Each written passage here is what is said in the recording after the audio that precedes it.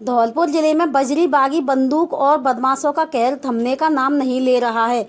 शहर हो या ग्रामीण इलाका, बदमाश कभी भी वारदातों को अंजाम देकर पुलिस की कार्यशैली पर सवालिया निशान खड़े कर रहे हैं, जिससे आमजन में भारी आक्रोश बना हुआ है। ताजा मामला आज मंगलवार दिन दहाड़े का है। धौलपुर रीको क्षेत्र में संचालित महाजन फैक्ट्री का मैनेजर आगरा से बैग में 5 लाख रुपए लेकर अपने साथी के साथ बाइक पर आ रहा था, लेकिन LIC ऑफिस के पास पहले से 2 बाइकों पर घात लगाए बैठे 4 हथियारबंद बदमाशों ने मैनेजर की बाइक को रोक लिया। बदमाशों ने मैनेजर और उसके साथी पर हथियार तान दिए और फिल्मी स्टाइल में मैनेजर से रुपयों से भरा बैग और गले से सोने की जंजीर लूटकर फायर करते हुए फरार हो गए। बदमाश पास ही कॉलोनी की तरफ जब भाग रहे थे तो 2 बदमाशों की बाइक का तेज रफ्तार में एक्सीडेंट हो गया। पीड़ित ने वारदात की सूचना निहालगंज थाना पुलिस को दी। पुलिस ने मौके पर पहुंचकर एक्सीडेंट में मामूली घायल हुए 2 संदिग्धों को हिरासत में लिया और 2 बदमाश रुपयों से भरा बैग लेकर फरार हो गए। वारदात को लेकर पुलिस ने शहर भर में नाकाबंदी कराई और 5 संदिग्धों को हिरासत में लिया है, जिनसे पुलिस पूछताछ कर रही है। मैनेजर चंद्रप्रकाश बेदी पुत्र प्रेम प्रकाश बेदी निवासी आगरा ने बताया कि वह धौलपुर रीको औद्योगिक क्षेत्र में महाजन फैक्ट्री में मैनेजर की पोस्ट पर तैनात है। पीड़ित ने कहा कि वह आगरा से रोडवेज बस द्वारा बैग में 5 लाख रुपए लेकर कर्मचारियों को वेतन देने आया था। बस स्टैंड से अपने साथी फैक्ट्री के सुपरवाइजर सुरेश कुमार के साथ बाइक पर सवार होकर फैक्ट्री की तरफ आ रहा था, लेकिन LIC ऑफिस के पास पहले से ही घात लगाए बैठे 4 हथियारबंद बदमाशों ने बाइक को रुकवा लिया। बाइक के रुकते ही बदमाशों ने फिल्मी स्टाइल में दोनों पर तमंचे तान दिए और उसके बाद 5 लाख रुपए से भरा बैग छीन लिया और गले से सोने की जंजीर लूटकर कॉलोनी की तरफ फरार हो गए, जहां 2 बदमाशों की बाइक का एक्सीडेंट हो गया, जिन्हें पुलिस ने हिरासत में ले लिया है।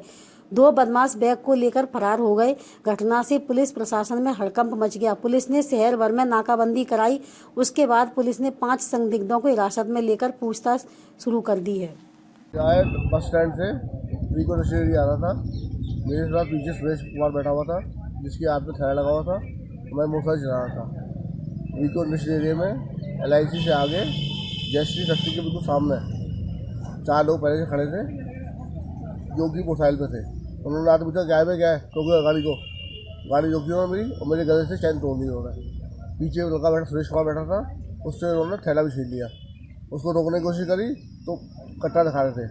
फिर पीछे लड़का एक और आ रहा था, नीले रंग का, उसको मैंने फोन कहा रोक पकड़ो, छीन के भाग रहे हैं।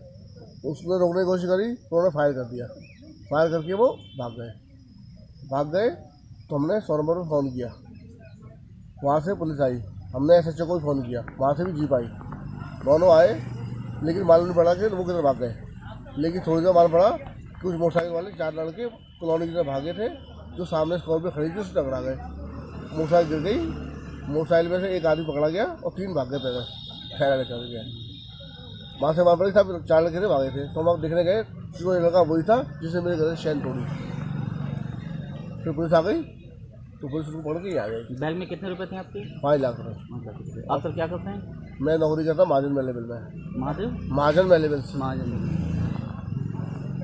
आज तनख्वाह का दिन था, तनख्वाह बांटनी थी लोगों की, लेबर की। ठीक। और कुछ लोगों को पेमेंट करना था घर का। आज बाद दोपहर की घटना है।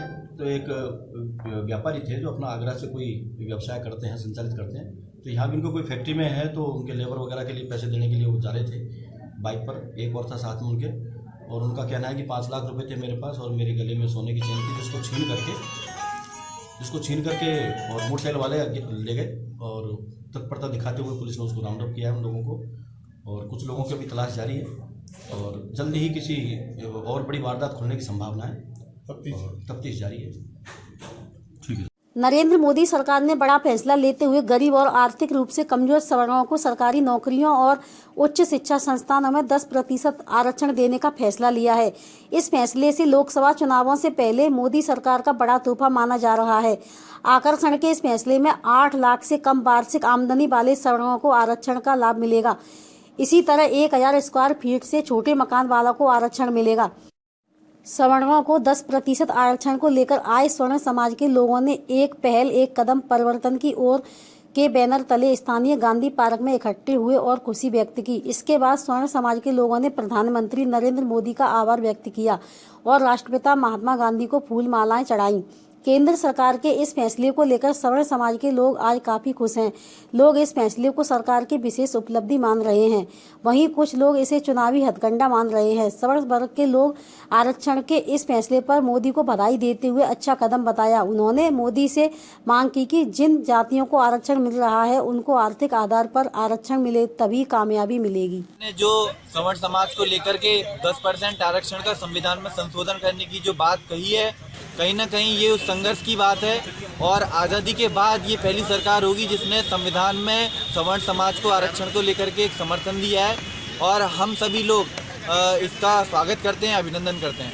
जो 10% आरक्षण सवर्ण समाज के लिए मोदी जी ने दिया है उसके लिए आर्थिक आभार उनका ये बहुत अच्छा और साहसिक कदम है। पहली बार कोई पार्टी या कोई नेता है जिन्होंने सवर्ण समाज के लिए कुछ अच्छा कदम उठाया है और जो आर्थिक आधार पर सवर्ण समाज को जो दिया गया आरक्षण, हम ये चाहते हैं कि चाहे वो SC हो चाहे वो ST हो, टोटल आर्थिक आधार पर दिया जाए जिसके सबका साथ सबका विकास तभी पूरा होगा। जय हिंद जय भारत। धौलपुर जिले के सैंपऊ थाना इलाके के NH 123 पर तसीमो गांव के पास सांड को बचाने के प्रयास में बाइक सवार 3 लोगों की मैक्स गाड़ी से टक्कर हो गई। हादसा इतना दर्दनाक था कि 80 वर्षीय वृद्ध की घटना स्थल पर ही मौत हो गई। वहीं बाइक सवार 2 घायलों को ग्रामीणों ने 108 एम्बुलेंस द्वारा जिला अस्पताल में भर्ती कराया है, जहां दोनों की नाजुक हालत बनी हुई है। जानकारी के मुताबिक कोलारी थाना क्षेत्र के गांव पाटे का पुरा निवासी 40 वर्षीय मंगल पुत्र बाबूलाल, 50 वर्षीय हित सिंह पुत्र बाबूलाल अपने पिता बाबूलाल पुत्र कन्हैया के साथ बाइक से धौलपुर से उपचार कराकर वापस अपने गांव पाटे का पुरा आ रहे थे। वापस आते समय NH 123 पर तसीमो गांव के पास सैंपऊ की तरफ से तेज रफ्तार में जा रही मैक्स गाड़ी से सांड को बचाते समय दुर्घटना हो गई। बताया जा रहा है मैक्स गाड़ी तीनों बाइक सवार लोगों के ऊपर से निकल गई। हादसे में तीनों जने गंभीर होकर सड़क पर गिर पड़े। हादसे को देख मौके पर ग्रामीणों की भीड़ जमा हो गई। ग्रामीणों ने सैंपऊ थाना पुलिस और एम्बुलेंस को दुर्घटना की सूचना दी। पुलिस ने एम्बुलेंस और ग्रामीणों की मदद से घायल मंगल और हित सिंह को जिला अस्पताल के ट्रोमा वार्ड में भर्ती कराया है, जहां चिकित्सकों द्वारा उनका उपचार किया जा रहा है। दोनों घायलों की काफी नाजुक स्थिति बताई जा रही है। मौके पर पहुंची सैंपऊ थाना पुलिस ने मृतक बाबूलाल का शव कब्जे में लेकर सैंपऊ CHC पर मोर्चरी में रखवा दिया है। घटना से परिजनों में कोहराम मचा हुआ है। सुबह परिजनों की मौजूदगी में मृतक का पोस्टमार्टम कराया जाएगा। फिलहाल पुलिस ने मैक्स गाड़ी को जब्त कर जांच शुरू कर दी है। यहाँ पर ट्रॉमा सेंटर में 2 मरीज गंभीर अवस्था में भर्ती हुए हैं जिनके मल्टीपल फ्रैक्चर है तथा उनका उपचार चल रहा है तथा उनकी पट्टी वगैरह की गई है। खाए के आए हैं? अभी कुछ पता नहीं लग पा रहा है। इनके रिश्तेदार आ रहे हैं, उनको भी ये पता नहीं है कि ये काहे से लगी है। मरीज के अनुसार भी उनको कुछ ज्ञात नहीं है कि चोट किस तरह से लगी है। एक्सीडेंट का होगा, लड़ाई झगड़े का कुछ मामला एक्सीडेंट का लग रहा है प्राथमिक दृष्टि पर। धौलपुर जिले के राजकीय महाविद्यालय बाड़ी में परीक्षा फॉर्म जमा करने के दौरान एक छात्र व अध्यापक में नोकझोंक हो गई। जानकारी के अनुसार छात्र जब परीक्षा फॉर्म जमा करने की लाइन में लगकर जब खिड़की पर पहुंचा तो भीड़ में धक्का मुक्की की वजह से वो लाइन से बाहर हो गया और खिड़की की साइड से फॉर्म जमा करने के लिए अध्यापक को दे दिया तो अध्यापक ने उसे लाइन में लगकर आने को कहा। इस पर छात्र ने कहा कि लाइन में ही था पिछले 2 घंटे से। इस पर अध्यापक ने उसे पुनः लाइन में आने को कहा। ये सुनकर छात्र भड़क गया और अध्यापक से गाली गलौज करने लगा और देखते देखते दोनों के बीच काफ़ी देर तक नोकझोंक चलती रही। इसके बाद अध्यापक जमा खिड़की बंद कर महाविद्यालय से बाहर चला गया और फॉर्म जमा करने लाइन में लगे बाकी छात्र छात्रा परेशान होते रहे।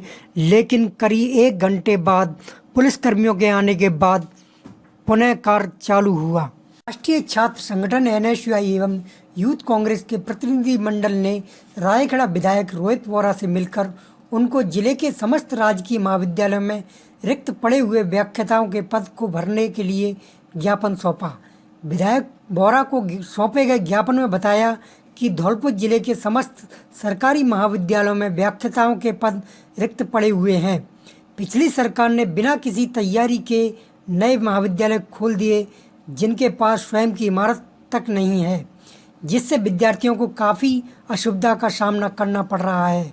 रोजाना हजारों छात्र छात्राएं पढ़ने के लिए महाविद्यालय जाते हैं, लेकिन महाविद्यालय पहुंचकर खुद को ठगा सा महसूस करते हैं। महाविद्यालय में परीक्षा फॉर्म भरे जा रहे हैं, लेकिन अभी तक छात्रों का कोर्स आधा भी नहीं हुआ है और अधिकांश विषयों में तो पढ़ाई शुरू भी नहीं हो सकी है। NSUI एवं यूथ कांग्रेस के प्रतिनिधि मंडल ने विधायक से मांग की है कि इस संबंध में मुख्यमंत्री, उप मुख्यमंत्री और उच्च शिक्षा मंत्री से वार्तालाप कर समस्या का उचित समाधान निकालें, ताकि जिले में छात्रों को भविष्य के साथ खिलवाड़ न हो सके। इस अवसर पर NSUI द्वारा जिले के सभी राजकीय महाविद्यालयों में किस किस विषय के कितने पद रिक्त पड़े हुए हैं की पूरी सूची विधायक को सौंपी गई। ज्ञापन देने वालों में NSUI जिलाध्यक्ष पंकज तिवारी, जीतू कंसाना, यूथ कांग्रेस विधानसभा उपाध्यक्ष विवेक कुमार, NSUI जिला मीडिया प्रभारी श्याम सिंह परियार, जिला प्रवक्ता गौरव बघेल, रायगढ़ ब्लॉक अध्यक्ष अमित शर्मा, धौलपुर ब्लॉक उपाध्यक्ष योगेश, देवेश शर्मा, सुमित कृष्णा सोलंकी, उदय राहुल आदि उपस्थित रहे। धौलपुर कांग्रेस की महिला जिला अध्यक्ष लीना शर्मा के नेतृत्व में जिला महिला कांग्रेस की पदाधिकारियों ने धौलपुर की नव पदस्थापित जिला कलेक्टर नेहा गिरी से मुलाकात कर धौलपुर पदस्थापना पर बधाई दी। जिला अध्यक्ष लीना शर्मा ने नेहा गिरी को पुष्प गुच्छ भेंट कर शुभकामनाएं दी। इस अवसर पर ब्लॉक अध्यक्ष नीलोफर कुसुम, इंदिरा पूजा एवं दीपमाला प्रमुख रूप से साथ रहीं। रायाखेड़ा कस्बे में मंगलवार को सृष्टि कैंसर ट्रस्ट एवं तुलसी विकास समिति रायाखेड़ा के संयुक्त तत्वावधान में रक्तदान शिविर का आयोजन कस्बे के चिकित्सालय में किया गया, जिसमें 200 यूनिट रक्तदान किया गया। शिविर में रक्तदान करने वालों का ट्रस्ट के द्वारा सम्मान किया गया।